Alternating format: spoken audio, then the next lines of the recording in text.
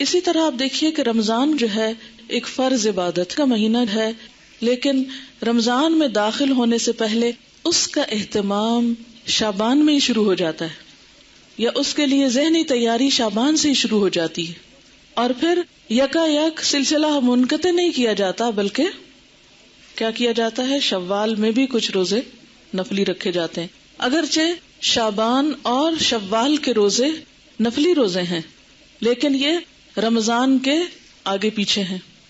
تو شعبان، رمضان اور شوال یہ خصوصی طور پر روزے جیسی فرض عبادت کی ادائیگی کے مہینے ہیں.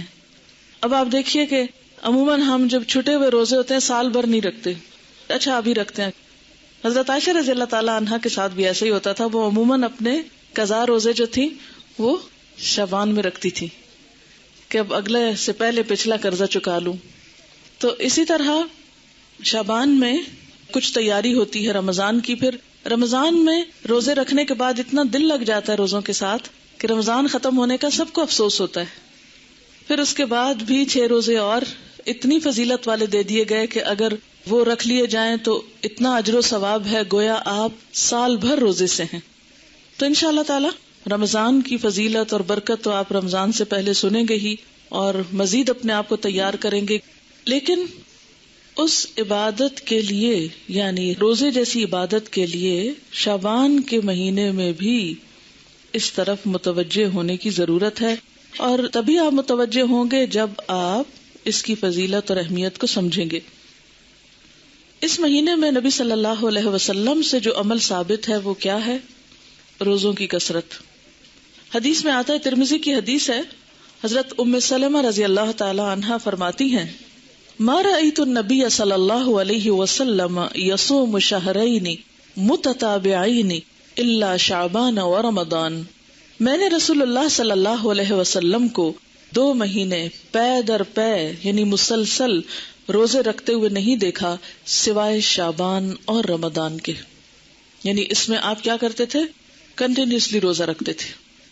حضرت اسامہ بن زید بیان کرتے ہیں، میں نے عرض کیا، اے اللہ کے رسول صلی اللہ علیہ وسلم، میں آپ کو کسی مہینے میں سوائے رمضان کے اتنے روزے رکھتے ہوئے نہیں دیکھتا جس قدر روزے آپ شعبان میں رکھتے ہیں. آپ نے فرمایا کہ لوگ اس رجب اور رمضان کے درمیان والے مہینے کی فضیلت سے غافل ہیں. لوگ رجب اور رمضان کے بیچ والے مہینے کی فضیلت سے غافل ہیں. وہ اس مہینے کی پرواہ نہیں کرتے، قدر نہیں کرتے، حالانکہ اس مہینے میں لوگوں کے اعمال اللہ کے سامنے پیش کیے جاتے ہیں. اور میری چاہت یہ ہے کہ میرے اعمال اللہ تعالیٰ کے سامنے روزہ داری کی حالت میں پیش ہوں، یعنی جب اللہ تعالیٰ کے سامنے پیش ہوں تو میں روزے کی حالت میں ہوں. اس حدیث کو سن کر آپ کو کیا احساس ہوا ہے، کیا خیال آیا ہے؟ جی آپ پیچھے سے.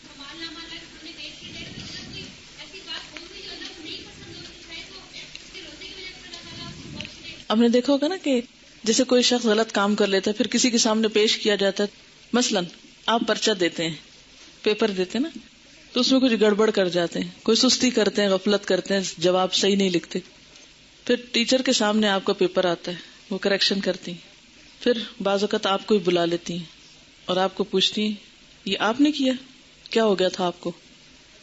اگر آپ ایک ایسے اسٹوڈنٹ ہوتے ہیں جو ادروائز بہت اچھے ہیں تو وہ آپ کی اس اچھائی کی وجہ سے کیا کریں گی؟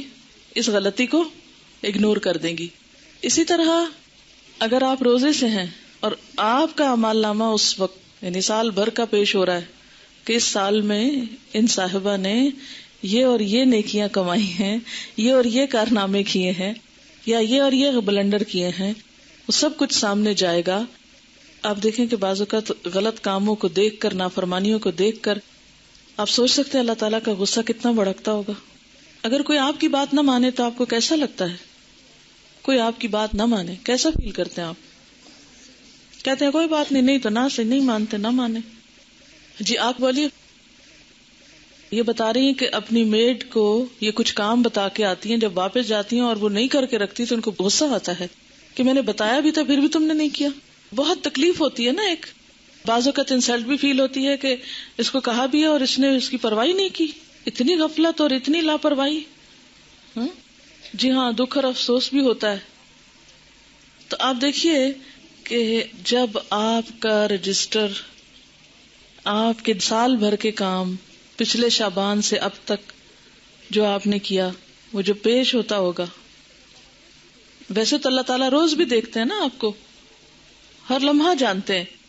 اس کو پھر میں ایک چھوٹی سی مثال کے ذریعے بات سمجھاؤں گی. جیسے آپ کی ٹیچر کلاس میں روز سبق سنتی ہیں آپ کا، ان کو اندازہ ہوتا ہے کہ آپ کتنا جانتے ہیں، لیکن پیپر دیتے ہوئے آپ کو کوئی وحشت آتی ہے کہ نہیں ہوتی ہے؟ کوئی ٹینشن آپ پر ہوتی ہے؟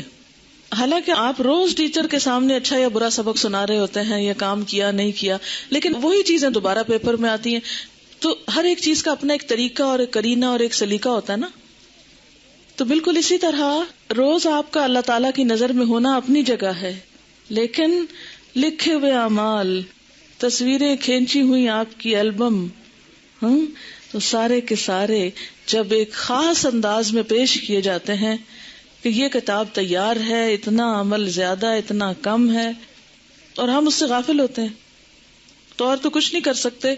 ایٹ لیسٹ اس مہینے میں حسب توفیق نیکی کے کام کریں، تاکہ اعمال نامہ جب پیش ہو تو اللہ تعالیٰ ہماری غلطیوں سے درگزر فرمائے. اور آخرت میں تو پیش ہونا ہی ہے نا. یومئذ تعرضون لا تخفی منکم خافیہ، اس دن تم پیش کیے جاؤ گے، تمہاری کوئی چھپی ہوئی بات بھی چھپی نہ رہے گی. جو آج دنیا میں چھپا ہوا ہے نا، وہ وہاں چھپا نہیں رہے گا. اور نبی صلی اللہ علیہ وسلم اپنے اعمال نامے کے پیش کرنے کے لیے کیا پسند کرتے تھے کہ اس حال میں ہو کہ میں روزے میں ہوں. جی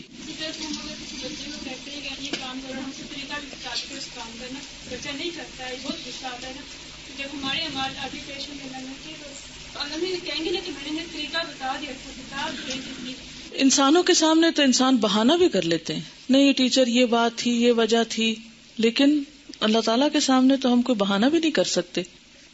بس اللہ تعالیٰ کو کیا مطلوب ہے، ہمارا دل کدھر رجوع کر رہا ہے، ہماری سوچ کدھر ہے، ہمارے دل میں اس کی محبت کتنی ہے، اور ہماری ایفرٹ کیا ہے، اور ہم کتنا رجوع کرنے والے ہیں.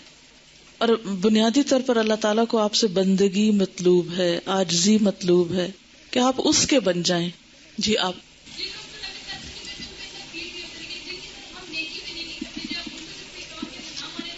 جی ہاں، جن کے اوپر ہمارا کوئی احسان نہ ہو، اگر وہ ہماری بات نہیں بھی مانتے تو کوئی دکھ نہیں اتنا ہوتا، کہتے چلو ٹھیک ہے اس کی مرضی. مثلاً آپ کہیں بازار میں ہیں، آپ کو کوئی ٹیکسی لینی پڑی، آپ ٹیکسی والے کہتے اپنے روپے میں آپ کو دوں گی، آپ مجھے اس جگہ پہنچائیں. وہ نہیں مانتا تو آپ کہتے نہیں تو نہ صحیح، چلو میں کوئی اور کہیں معاملہ کر لیتی. کسی دکان پہ جاتے ہیں، آپ کوئی معاملہ کرتے ہیں، دوسرا شخص نہیں آپ کی بات مان، کہتے ہیں نہ صحیح، کوئی بات نہیں.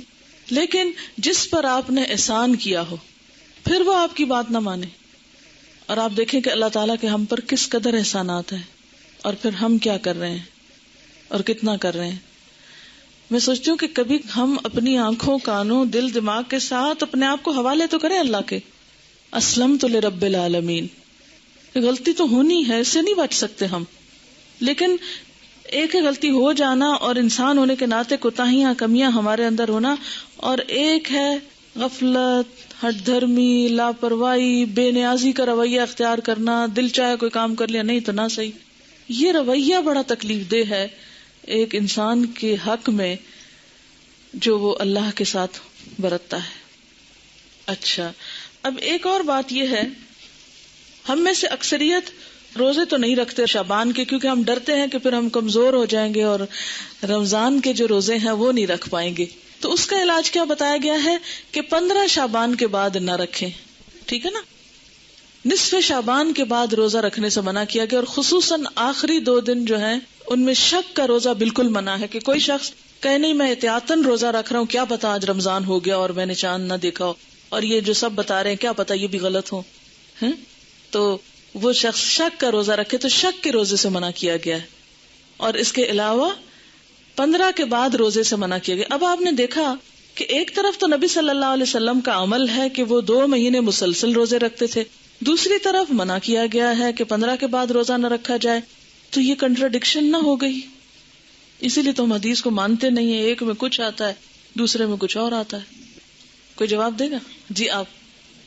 شابش، ٹھیک ہے، یاد رکھیے انشاءاللہ آپ اصول الفقہ بھی پڑھیں گے اور چیزیں بھی، اور بھی ذہن کھلے گا آپ کا.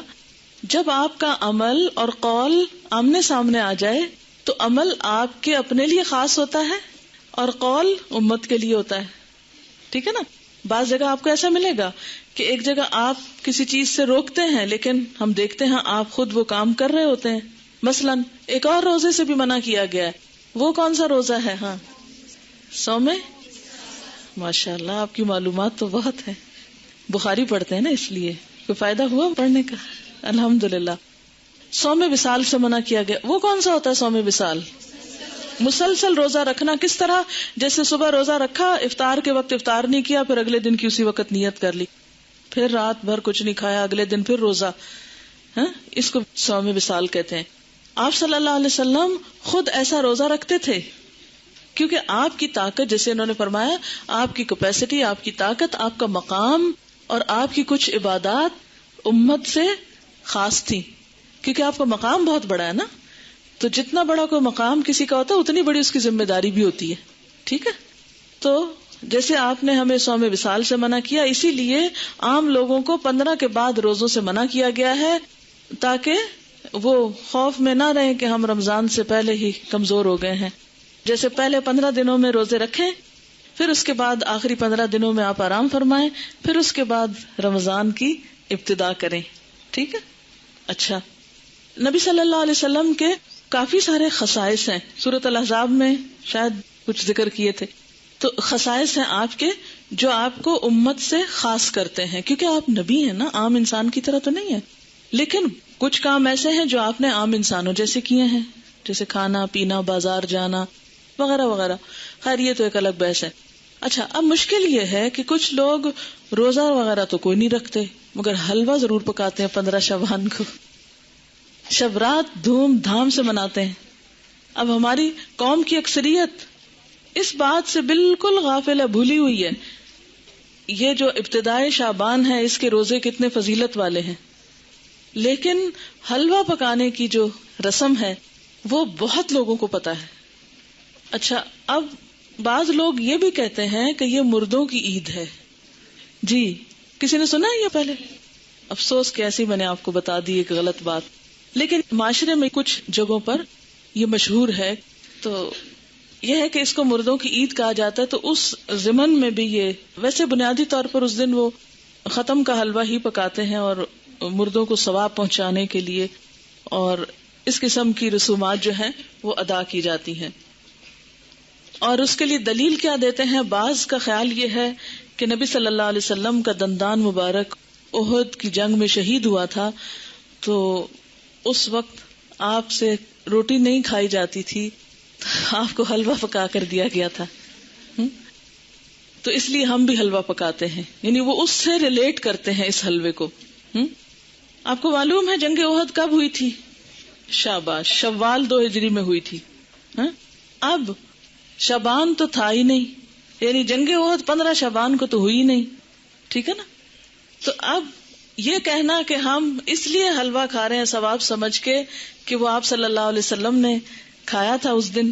اور دوسری بات یہ ہے کہ عربوں کے ہاں یہ جس قسم کا آپ حلوہ پکاتے اور کھاتے ہیں اور جو رسم مناتے ہیں، اس طرح کا حلوہ یہ عرب ڈش نہیں ہے. بیسیکلی اس طرح کے حلوے کی ریسیپی فرق ہے.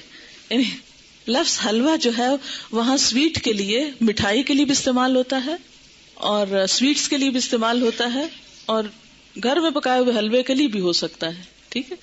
لیکن یہ جو ہم عام طور پر سوجی کا حلوہ پکاتے ہیں اور ایک خاص طرح سے رنگ وغیرہ بھی ڈال لیتے ہیں بعض اوقات اس میں، تو یہ ہمارے اپنے ذائقے ہیں اور اپنے کھانے پینے کے سلسلے، اور پوری اس کا تو آپ سوچیں بھی نہ. آپ کو معلوم ہے صحابہ کرام نے پہلی دفعہ میدے کی روٹی کب دیکھی تھی؟ نبی صلی اللہ علیہ وسلم کے زمانے میں کبھی میدے کی روٹی پکی ہی نہیں تھی، پکائی ہی نہیں گئی تھی. اور آپ خود کیا تناول فرماتے تھے؟ جو کی روٹی، ان چنے آٹے کی روٹی. آپ کس شوق میں پوریاں پکاتے ہیں پھر؟ یہ کون سی سنت ہے؟ ویسے ٹھیک ہے اپنے رواج کے لیے آپ پکائیں، مگر ایسی چیزوں کو اوائڈ ہی کریں تو بہتر ہے.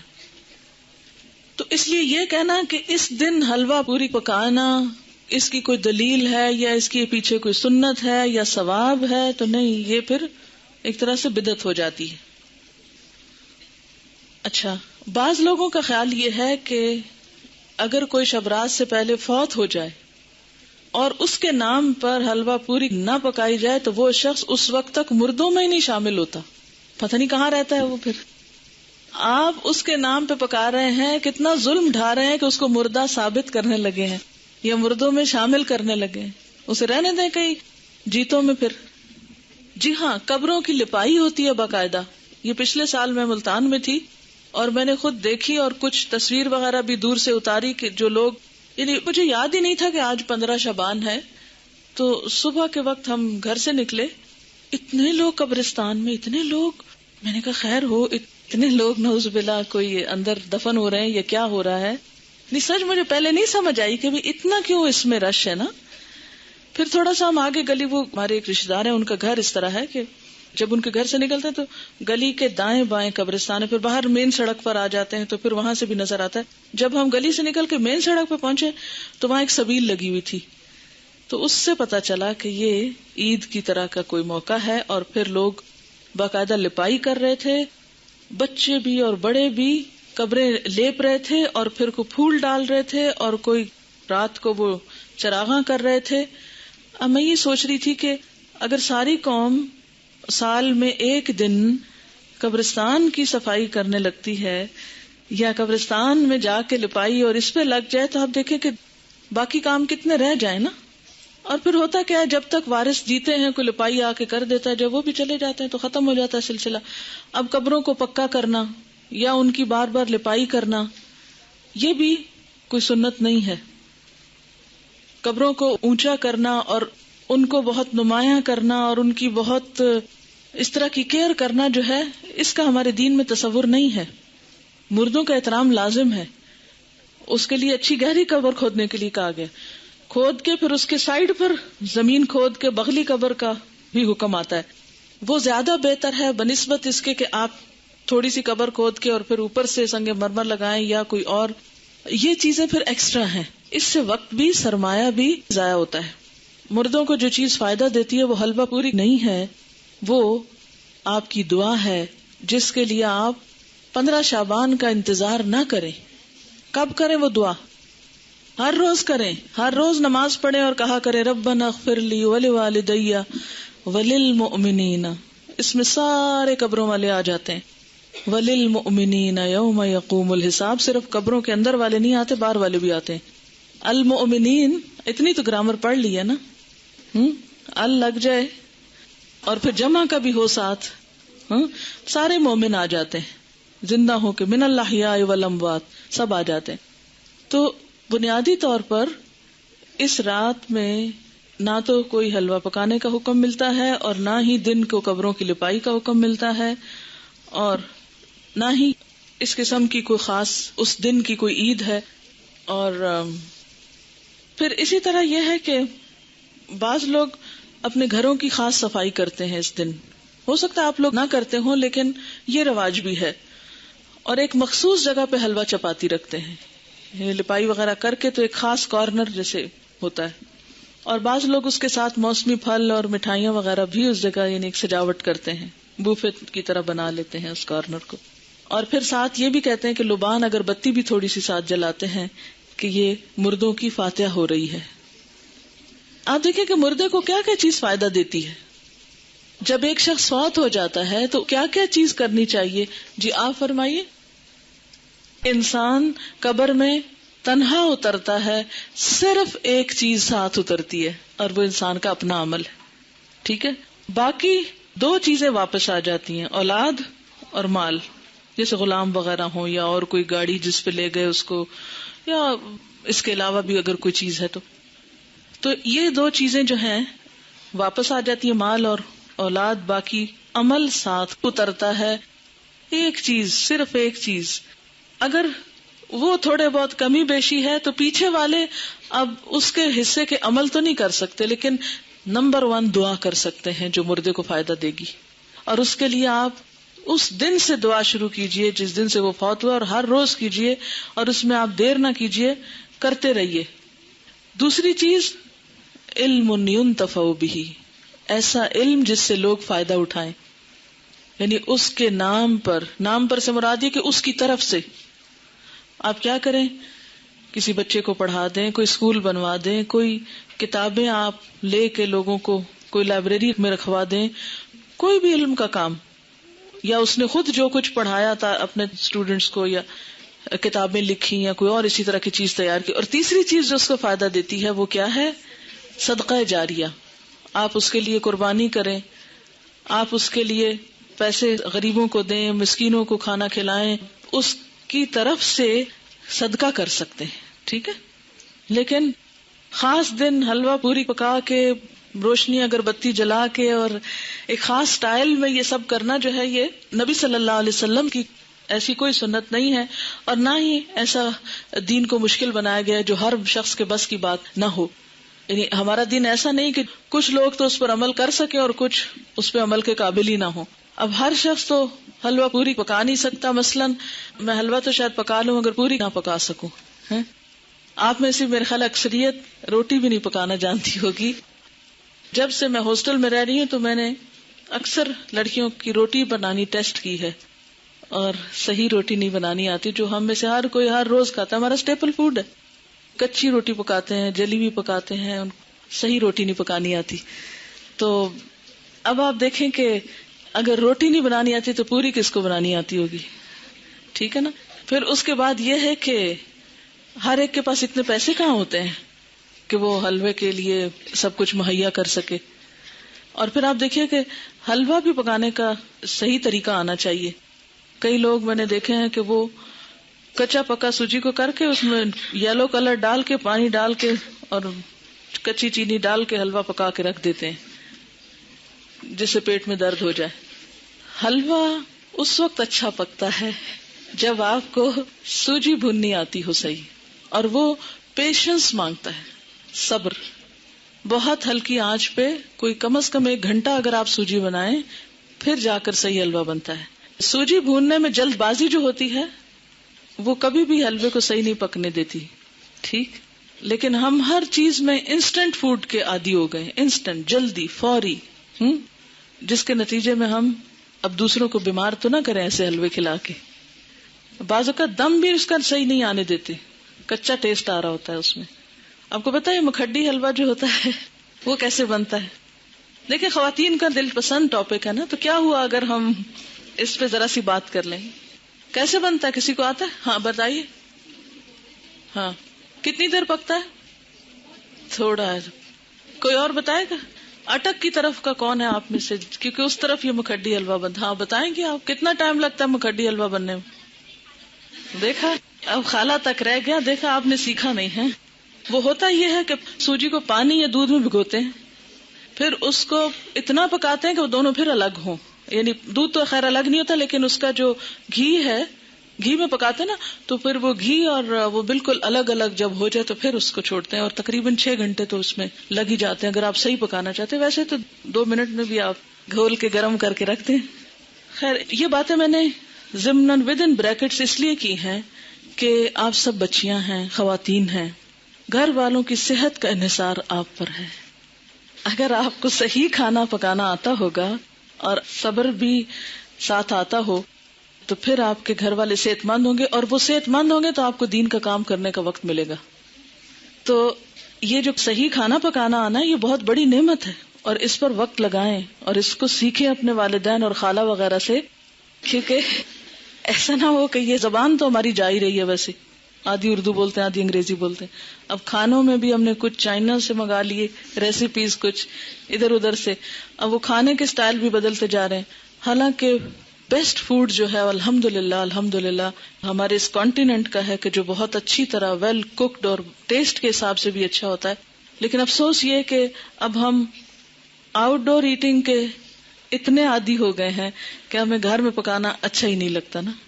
اور اکثر لڑکیوں کو یہ کہتے سنا گیا, آئی ہیٹ کوکنگ. دین والی کوئی لڑکی یہ زبان سے بات نہ نکالے, ٹھیک ہے, کیوں نہ نکالے؟ وجہ آپ کو پتا ہے کہ کھانا کھلانا کون سے کاموں میں سے, جی ہاں, تو یہ صرف غریب کو کھانا کھلانا نہیں, اپنے گھر کے غریبوں کو کھلانا جو ہے وہ بھی ایک بہت بڑی نیکی کا کام ہے. تو ہیٹ کوکنگ کہنے کی بجائے لیکن اعتدال اس میں بھی، یہ نہیں کہ پھر آپ کچن سے نہ نکلیں. اور اس میں کہ سادہ غذا ہو لیکن ویل کوکڈ، نیوٹریشس، جس سے آپ کی صحت، آپ کے بچوں کی صحت درست رہے. اگر وہ درست رہے گی انشاءاللہ آپ کے پاس وقت زیادہ ہوگا، پھر آپ دین کا کام زیادہ اچھی طرح کر سکیں گے. ٹھیک ہے نا؟ یہ بات میں اپنے تجربے سے آپ کو بتا رہی ہوں. جی آپ کچھ کہنا چاہ رہی؟ جی دعا کر سکتے ہیں. اللہ تعالیٰ کے لیے کیا مشکل ہے؟ وہاں تو ہے نا اس کے پاس، وہ جدھر چاہے ڈال دے. یمحو اللہ ما یشاء ویثبت. کیا مطلب اس آیت کا؟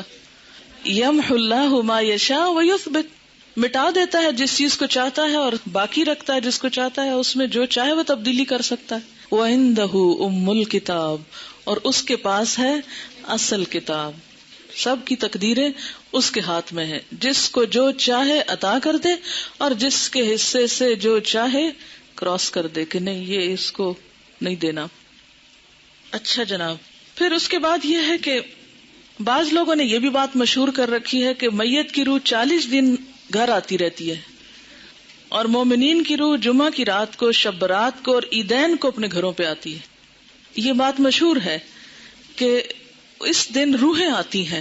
ایک تو جمعرات کے دن آتی ہیں، اور ایک جو ہے عیدوں کو آتی ہیں اور شبرات کو آتی ہیں. حالانکہ اس کے پیچھے کوئی دلیل نہیں ہے، یہ ہمارا اپنا خیال ہے. دیکھیں وہ کس لیے آئیں گے، کیا کرنے آئیں گے؟ ان کا دنیا سے کوئی رشتہ، کوئی تعلق، ان کو تو کوئی انٹرسٹ ہی نہیں رہتا یہاں سے. جو نیک لوگ ہوتے ہیں وہ کہتے ہیں شکر ہے ہماری جان چھوٹی اس مصیبتوں کے گھر سے، اس قید خانے سے. اور جو برے لوگ ہوتے ہیں وہ جتنا بھی چاہیں کہ آ کے واپس کوئی اچھا عمل کر سکے تو آ نہیں سکتے. سورۃ المؤمنون میں آپ نے ایک آیت پڑھی ہوگی، وَمِن وَرَائِهِمْ بَرْزَخٌ إِلَى يَوْمِ يُبْعَثُونَ. جو روح ایک دفعہ آگے چلی گئی ان کے پیچھے برزخ حائل ہو گیا، پردہ حائل ہو گیا. کب تک؟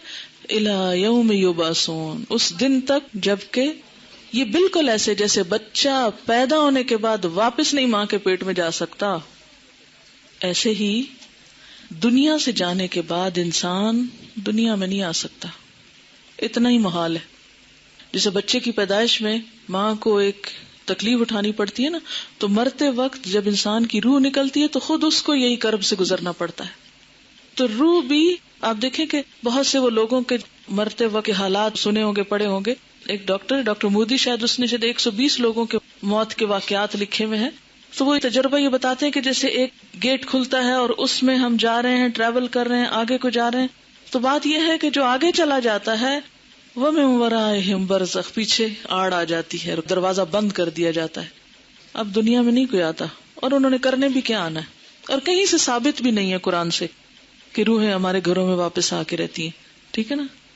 اور آپ ذرا سوچیں تھوڑی دیر کے لیے کہ اگر آپ کو مرنے کے بعد آپ کے گھر میں بار بار آنے کی اجازت دی جائے تو آپ کا حال کیا ہوگا؟ بتائیے ذرا.